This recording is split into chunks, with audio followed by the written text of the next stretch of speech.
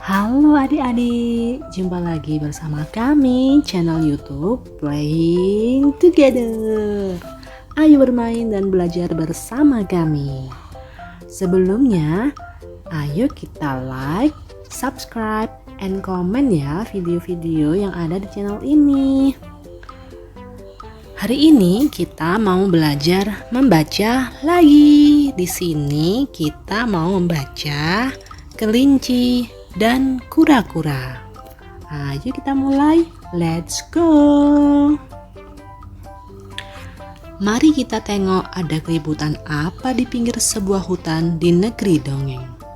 Oh, ternyata sekelompok binatang yang sedang kelelahan. Hahaha, kalian semua memang lemah. Aku juara nomor 1 di hutan ini, seru si kelinci. Beruang, rakun, tupai, dan monyet tampak sangat kelelahan.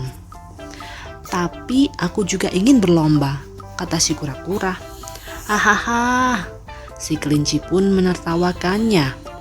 Apalagi kamu yang begitu lambat, bermimpi mau mengalahkan aku, kata si kelinci. Tapi aku akan memberikan kesempatan padamu untuk mengalahkan aku. Hahaha, ayo, serunya lagi. Aku akan mengalahkan kamu kura-kura dalam sekejap mata, kata si kelinci. Kelinci pun tancap gas jauh meninggalkan kura-kura. Sementara binatang lainnya memberi semangat pada kura-kura. Ayo kura-kura, kamu bisa. Ayo, sorak mereka. Aku mau istirahat dulu sambil makan wortel segar ini, kata si kelinci yang sudah meninggalkan jauh sang kura-kura. Angin sepoi-sepoi dan rasa lelah setelah mengalahkan beruang, rakun, tupai, dan monyet membuatnya tertidur malah bermimpi pula. Tidak disangka-sangka, rupanya sang kura-kura sudah mulai melewati sang kelinci.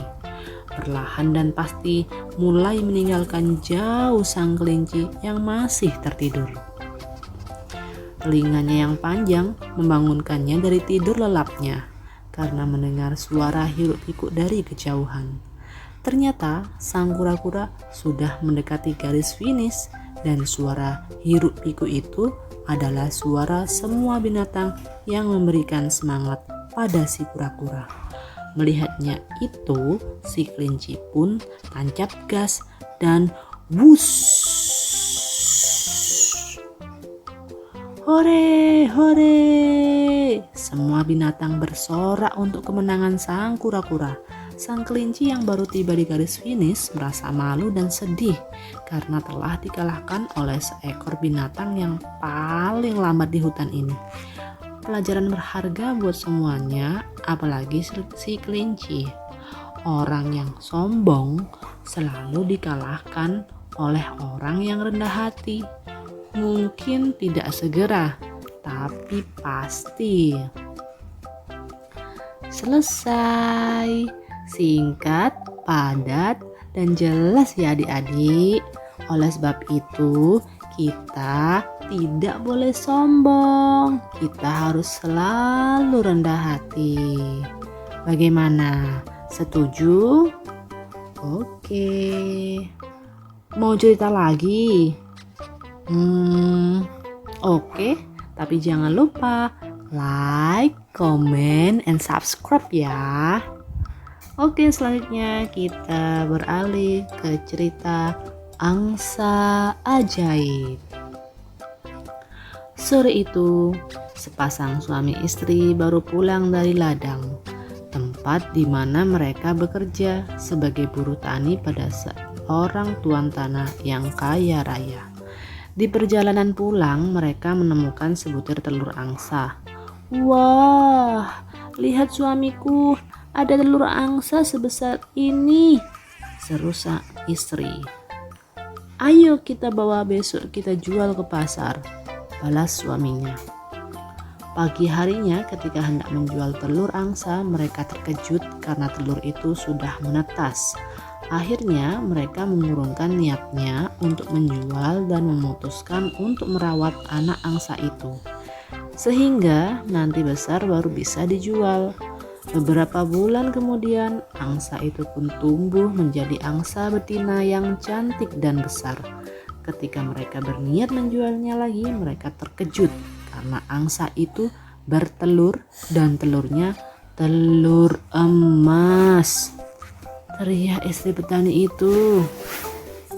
Sekarang mereka bisa menjual sesuatu yaitu menjual telur emas yang membuat mereka semakin hari semakin kaya. Rumah yang semula gubuk kini menjadi rumah besar bak istana. Pakaian yang mereka kenakan pun sangat mewah dan tentunya sangat mahal.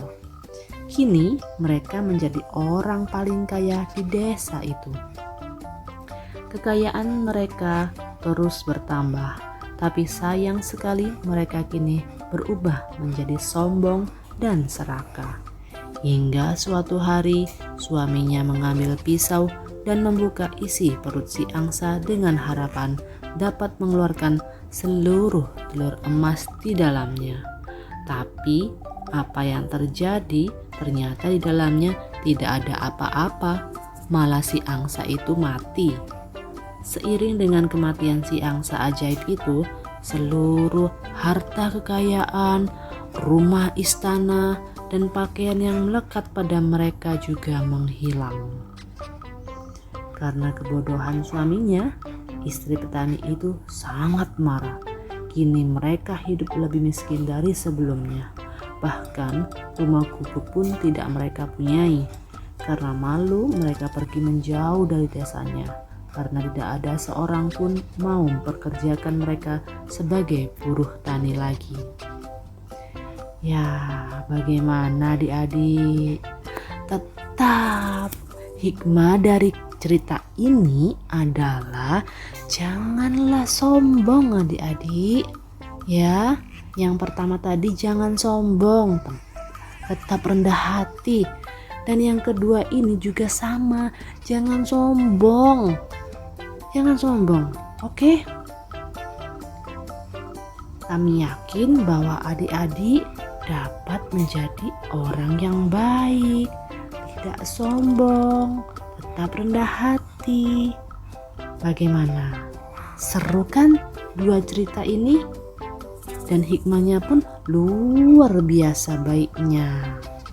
Oke, sampai di sini dulu ya adik-adik. Terima kasih sudah menonton. Dan jangan lupa like, subscribe, and comment ya. Terima kasih sudah menonton. Sampai jumpa. Bye-bye.